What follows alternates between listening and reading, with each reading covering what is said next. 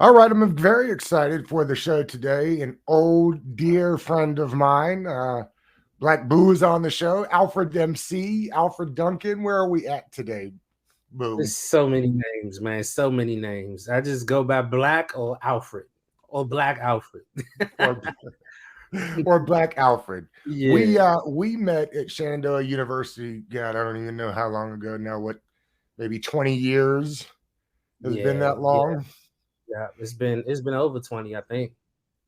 You were there as the shooting guard on the basketball team. Yeah. Did you love basketball, or was it a ways to an education? No, I loved basketball. Funny thing, I tell like my son and other people this. I loved basketball until I got to college, and uh it just became a duty. You know what I'm saying? It just wasn't like so I had no, no, no, no, I loved it in college, but I had ambitions of being a pro athlete until I got to college. When I got to college, I realized that it was more to it than just having fun. And at that time I just wasn't cut out for that extra work. The preparation is what separates athletes, right? I mean, Right. once you get that level, everybody's basically got the same skill level. I mean, I know at that point you can see some guys like, wow, that guy is really good, but it's the Yeah. preparation and watching the tape that I guess is the next level at that point, right? Yeah, well, not really. I mean, it's the preparation in like practicing on your craft, not more so of checking other people, not at that level. We would have, they would give us scouting reports on our opponents, but it didn't require us to look at tape. Like our coaching staff would look at tape, and then our coaching staff would tell us, "Hey, look, this is how you defend this person. This is where he likes to shoot from. This is where you can get your best shots." They would tell us that, but we didn't necessarily look at tape. But if you prepare yourself, meaning if you stay in the gym, you stay in the weight room, you're constantly working on your game, then that gives you an edge on everyone that you play. And if you remember Phil Yeah. Dixon, well, yeah, Phil, that's what made him so great. He was already naturally talented, but he loved basketball so much that he would stay in the gym. And because he would stay in the gym, he was, miles ahead of everyone because, the type of things that he could do with the basketball were beyond the people that were only committed to it during practice and a little bit after practice. You were also one of the great joys of my life was sitting in on some of those ciphers that you were a part of. You were also an incredible lyricist, one of the great storytellers. You probably never get credit just because the music never made it super huge. I hope that's not offensive, but I think you know where I'm going with that. I But do. but from a storytelling aspect, you were fantastic. Those ciphers I will never forget. I'll never forget Kyle making beats in 5 minutes and then guys just being ready to spit something on it. You got close Yeah. in college. If I'm not mistaken, you ghost wrote a song that I think was supposed to hit an album. I think you and Hugmo Beats had gotten together and were putting something together. I was there in the apartment when you guys recorded that. I think you did the track on top of Hard Knot Life when Northeast Groovers did the Hard Knot Life. I think you got it. Music, you prefer rapping to basketball? You prefer music to basketball? I know there are two different lanes that you can live in. Yeah. I'm assuming you've got to love one more than the other. Um, I And mean, you what can happened there in college? Because you did get close, didn't you? I mean, well, Mo and Hug were my roommates once I got out of college. But we were close like while I was in college, and they were already writing and submitting songs to national artists. So they would get me to help them with some of the tracks, and yeah, like they've successfully placed on like J Lo, Maya, Keisha Cole. Like they've done a lot of work. And so some of the work that I've done for them, of course, it was in the batch of songs that are sent to people for them to pick from. So, you could say, yeah, I was definitely a part of it. But my success from music came with the band that I'm in, and then also with Soldier, the reggae band. And Let's start first with Mambo Sauce. How to get started? so Mambo Sauce was when I left college. I was toying around with music, and I've always like I had a I was I was offered a position at IBM, and then I remember. also Northeast Groovers. They were in between like rappers. So I auditioned for Northeast Groovers, and I was offered the job for IBM. So it was like, you either play for Northeast Groovers or you work for IBM. And IBM was global services. I would be traveling, so I couldn't do both. So I decided to do the IBM thing. And then when I came back from IBM and I was like at home, I wanted to do music. I created a band called DC Unplugged, and that was kind of a original band in a sense, but wasn't fully go-go. So this guy named Malachi, he had an idea. He used to play for Northeast Groovers, and that's how we knew each other. And he had an idea of starting all original go-go band. And since I was performing with Northeast Groovers, he knew about me and my style. So he courted me for like a year or two, man, because I kept telling him no, I didn't want to be a part of it. I just didn't think it would work. And my mother passed, I think, in 2004. And for some odd reason, I just kept hearing my mother say, take chances, like take chances.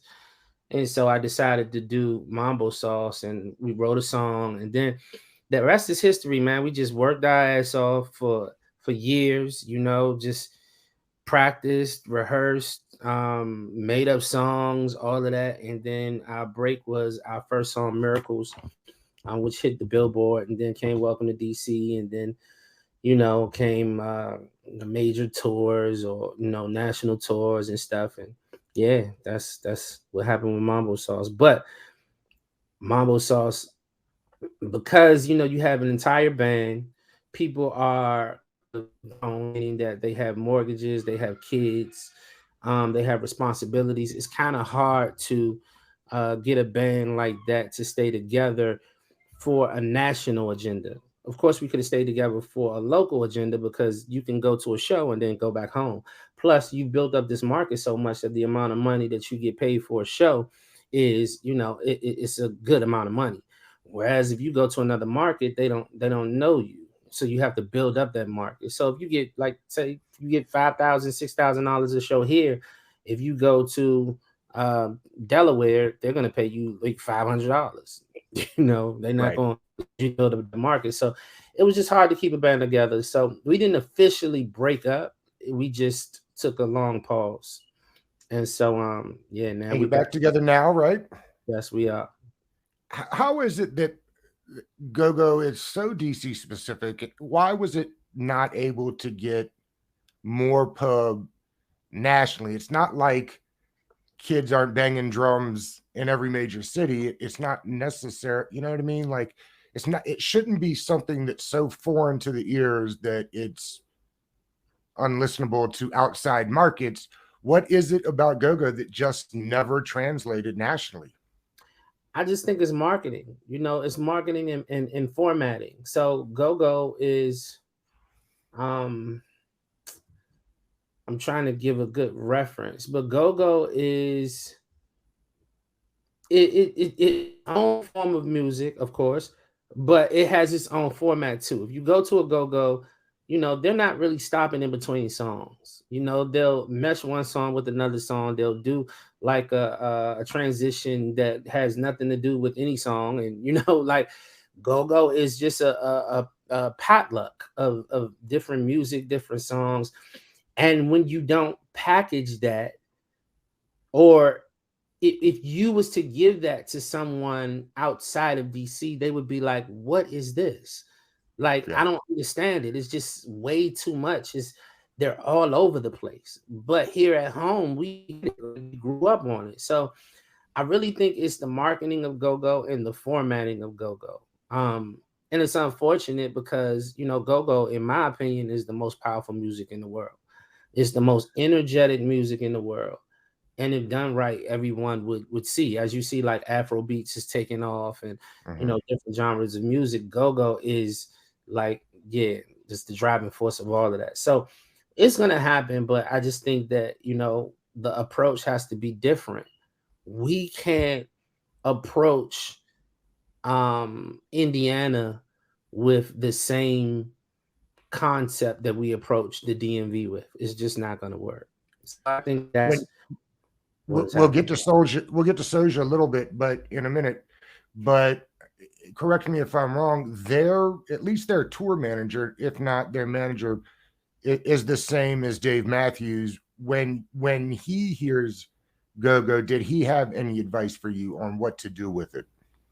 No, I mean he had it. He. So you have to understand too that Mambo Sauce was different because we took on the idea of formatting it and marketing it differently for national appeal, and we gained a lot of success with it. Like if Mambo Sauce stayed together, like it's no doubt that we'll be Grammy award winning. We'll be, like 6, 7 albums deep. There's no doubt in my mind that Mambo Sauce and Go Go Music would be all across the world. Mambo Sauce stay together. So he saw what we were doing, and he thought that it would be beneficial, for Go Go. So how we got on tour is because he saw that what we were doing was something that uh, a Michigan could accept, or a Rhode Island, you know what I'm saying, or a Houston, or he saw that, and not just unfortunately, and not just the black culture, but all Mhm. cultures in all races would be able to accept it. So yeah, he saw. He just encouraged us to keep doing what we were doing. That's all. What did you learn from being on a tour that size? Got to be some things that you can't learn without being, because that Soja tour was big, right? Yeah, I've been on four tours. So I've been on one tour with Mambo Sauce. Mambo Sauce used to do weekend tours all the time with Soldier. Okay. But 4 major tours I've been on. I've been one with Mambo Sauce, and 3 with Soldier. Like I went with Soldier as a guest on their show. With the Mambo Sauce tour, like you just realize that it's business. Yeah. Like a lot of people think about touring, and they think about how much fun it's going to be, and after the shows, and you know what I'm saying. And when you're young, you thinking about like drinking and just all of this extracurricular stuff, as well as having a good time at the show. But as an independent artist, you have to think about travel, you have to think about food, you have to be on time, you have to like work in a timely manner. You have to be considerate of the acts that are top billed. Like if you are the opening act, then you have to understand that you're going to be treated like an opening act, and Right. some things that you feel like you should be awarded, or some things that you feel like you should have access to, is not always going to happen. Especially if the headlining band or the headlining artist is a quote unquote asshole, or just real a stickler about what they want. I don't want to use the word asshole. So you just learn a lot, man. You just learn so much. It's not what you think it is. It's not what you think it is. It is so much different than just going to a show and performing and having fun with the fans afterwards. You gotta sell merch, you have to pack up, you have to eat, you have to shower. These are things that people don't think about. Like if you're performing, right? You're performing immediately after the show. Mostly everyone is soaked. So you have 7 people in a band that is sweating from head to toe, that's gonna need to take a shower. You know what I'm saying? Like, who wants to party all night and you all sweated up? And Right. then once you take a shower, you have to understand that the next venue, because this is not like DMV where I can play in Alexandria, and then the next day I can play in Waldorf, and then the next day it's not like that. No, you play here, your next venue is 8 hours away, and you have to drive there because you have to be at sound check. It's 2 o'clock. Hold on for a minute. I'm doing something. You can't come in here. You can't come in here.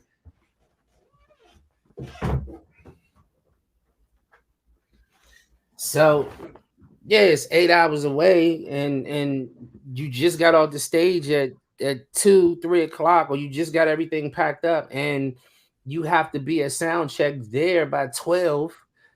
You know what I'm saying? Like, and you don't have a driver. You guys are driving your own. So it's a lot, man. It's a lot. It's a lot.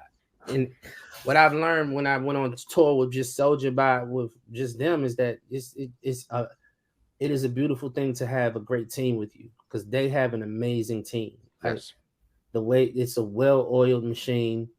And yeah, it's just, but you have a lot of idle time too. Like, that's another thing, is that you go to all of these cities and they all look the same, because it's just the routine.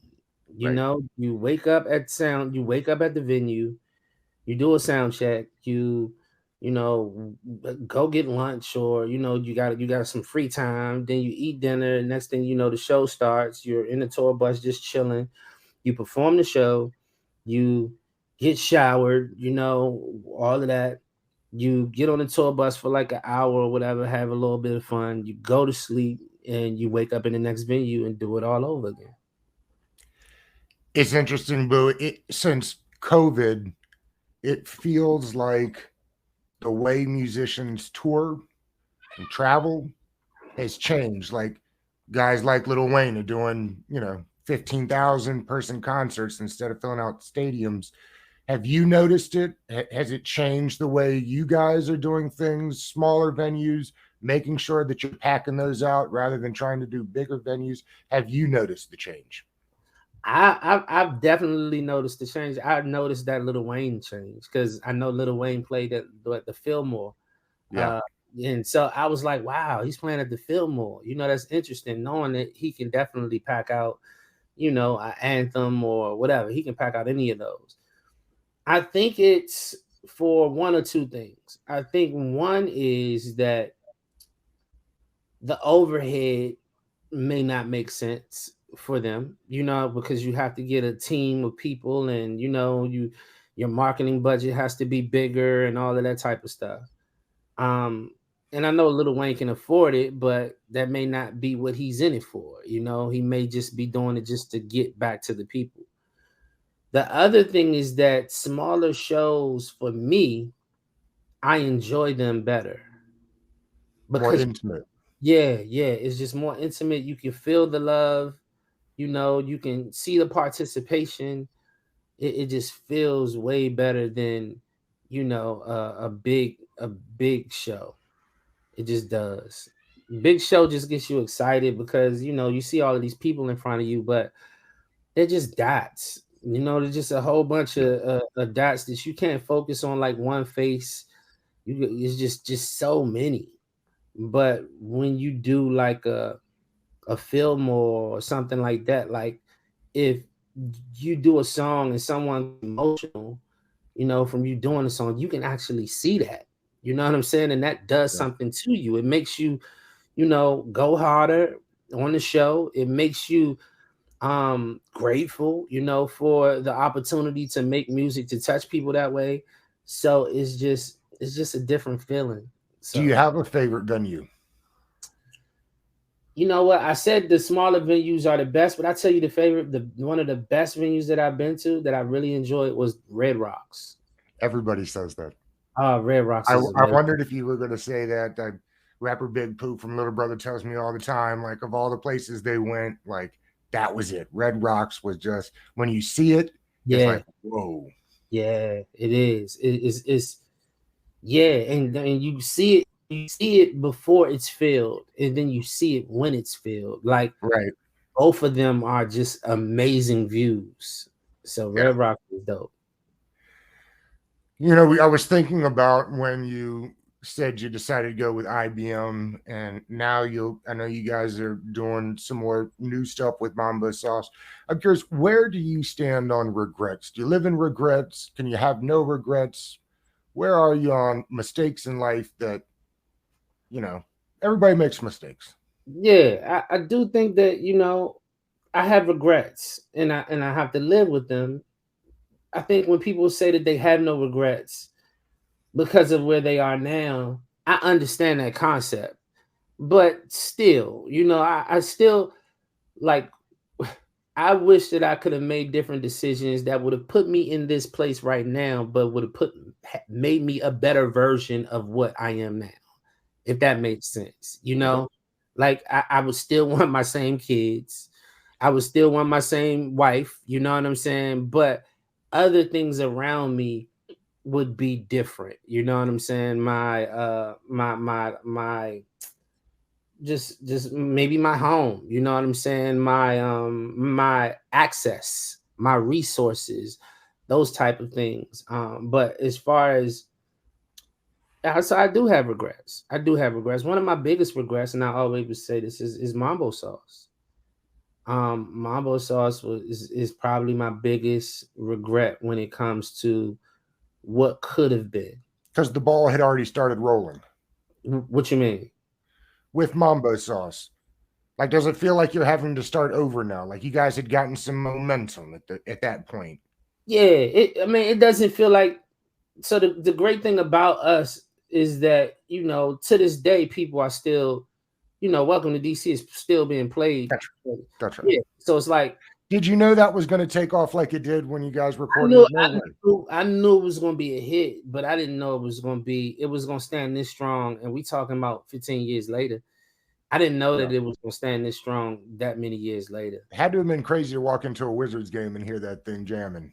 Well, like I said, remember I told you regrets. So, I can walk in a Wizards game and hear it jamming, but no one knows that it's me. You know what I'm saying? Right. Right. No one knows. I could be sitting right beside. I remember one time I took my son and my nephew to a game, and we got free tickets actually, and the nosebleed, or in between the nosebleed and the, you know what I'm saying, we was right below the nosebleed, and then the song came on, and all of these people were singing it right beside us, and so my son and my nephew, they were young, they were excited, they looking at these people and they like, yeah, that's my father, that's my uncle. And they looked at me like, whatever. Like, if that's him, why is he sitting up here? You know Right. what I'm saying? So yeah, Yeah. yeah, but yeah, it's still a beautiful feeling. That they yeah, that it's supported still. You mentioned your beautiful wife, Sherelle. The Mhm. wedding went viral. How many times you been viral now, Black? I don't know, man. About, I don't know, 3, 4. Who What knows? What was the genesis of the wedding? What was the plan? How did that come to be? It, so I was dating my wife, and when you go on, How long did y'all date before you got married? I think 2 years. 2 years Okay. we dated for 2 years prior to. Yeah, it was 2 years. So at one moment, I went on tour with Soldier, and we were living together. And when I went on tour, like, all we could do is talk. Right. Um, and like I told you, there's so many pockets of free time where it's not like you can go out and do something. It's like hurry up and wait. You know what I'm saying? So you just sitting there, and it may be for hours, but you can read a book, you can work out. These people, they found things to do, but because this is not normally my life, sometimes I didn't know exactly what to do. Long story short, we would talk a lot. We would talk a lot during this tour, and we just grew closer and closer, and I knew that this was going to be my wife. So when I came home, I told her, let's practice. Let's go to marriage counseling, not marriage counseling, but it's just the thing that you do before you get married. Yep. So we went to that. And then I also told her that I wanted to uh, practice abstinence. Um, and so that was kind of me telling her in my mind, saying that I'm going to marry her. Right. So with that being said, it was like, I don't want to do all of this and then, propose and then wait another 6 months to get married. Like, we're going to put in this work right now. I'm going to propose to her and I'm going to marry her on the same day. Because if we get through this process, I already have an idea that this is going to be my wife. But if we get through this process of going through, marriage counseling, and we are, living together and practicing abstinence, then she's definitely my wife. So from then to this was the beginning of this was January 1st of 2016, and we got married October the 1st of 2016. So around May, I think around May, I started planning for the wedding. Yeah. And the morning shows start calling, and you've got to be like, oh wow, like yeah, okay then. Yeah, it was so we did the wedding happened, then we went to, we had a hotel room. It was just unbelievable. You know how you look at your Instagram or you look at social media and you'll see like somebody follows you, another person follows you or whatever. You can just see it. You can scroll up and see it. It was like the stock market. It was just like the whole night. The Right. whole night it was just so she went from I think 10,000 followers to like 60 something. You know what I'm saying? I went to like from like 6,000 followers to like 25 or something like that. And then the next morning, I'll never forget, we was at breakfast and we were just, eating. We did like that night went crazy. Then the next morning we went to breakfast, walked to breakfast, and we got a phone call. It's from a California number, and it was somebody from The View. Was like, Right. hey, we want to fly you out to California, blah, blah, blah. And we was like, whoa. And then about 20 minutes later, we get another call. And 20 minutes later, we get another one. So we got to get a manager, all of that type of stuff. It was wild. It was super wild, man. When I tell you it was super wild. I Did didn't, did you get starstruck by any of the folks that you met in the morning shows? nah, not at all. I mean, you gotta, But you're like, not a I've been, starstruck kind of guy, though. yeah. And plus, like, I've been a promotion assistant for WKYS where Stars came in. I was, I know Tigger personally, yeah, I'm not really like a super starstruck kind of guy. So no, it was regular. It was regular meeting these people. When did y'all decide to do the podcast, Friends Who Smash? I love the title. What was the thought process behind doing it? How many shows you guys get out? You guys are still doing the podcast now, right? Yeah, yeah, we do seasonal. So ever since the wedding, me and my wife have done a lot of so after the wedding, people were also booking us to be relationship experts. They had us on panels and calling us relationship experts. We didn't like that Right. because we was like, yo, we just got married. Of course, it's this big thing, but dog, we're not experts. We're not giving people, like, we can't tell somebody 20 years this is how you supposed to do it. Like, we've only been together for 2 months or 6 months or whatever. So, we would give them information because we thought we did some things right, and we thought that we were still working on doing things right. And so, we created a stage play. We did a relationship conference. We did a relationship retreat. All of these different things, these different ventures. We wrote books. She wrote a book. I wrote a book. So it was just so many different things that we was doing. And we was like, yo, we smashing this. And then she was my friend. She's my best friend. Yeah. And so the play on words was, friends who smash, because we feel like, your wife or your husband should definitely be your friend. And you're this is a covenant between God. So he wants y'all to smash. But we're not talking about just smashing each other. We're talking about smashing everything. Yeah. Smashing financial goals, smashing physical, our health goals, smashing dreams and aspirations. So when we say friends who smash, it's not just relational in a sense of husband and wife, but it's also talking about just smashing all things. And so that's how we came up with the name. Which now includes TV. Of the long list of things, Black, that you have done, when I saw that you guys were going to replace the Samuels on Love and Marriage DC, how did that come up? What was that call like? And what is TV like? So we didn't necessarily replace the Samuels. There was conversation about us replacing the Samuels, but they gave us friend of the show, which means that we're not main right. We're the only friends of the show, if that makes sense. Okay. So my wife knows Ashley Silva, which is Quicksilver's wife. I know Quick. I've always known Quick for a long time. I used to work with Quick at KYS. My wife also, well, what happened was a close friend of ours named Caressa, she hit me up to write a song for Winter, who is on the show as well, and who was, one of the stars of the show. And so I wrote the song for Winter. My wife came to the studio. She met Winter. They got along. And so Winter pitched my wife to the network. Ashley pitched my wife to the network. I knew Jamie. I don't really know Arena. I didn't know her like that. And so, they just called and they did an interview with my wife. My wife was just telling them what we do, so forth and so on. And, our first scene was me like writing a song for her in the studio. And from that point forward, they were like, hey, look, we want y'all to be friends of the show.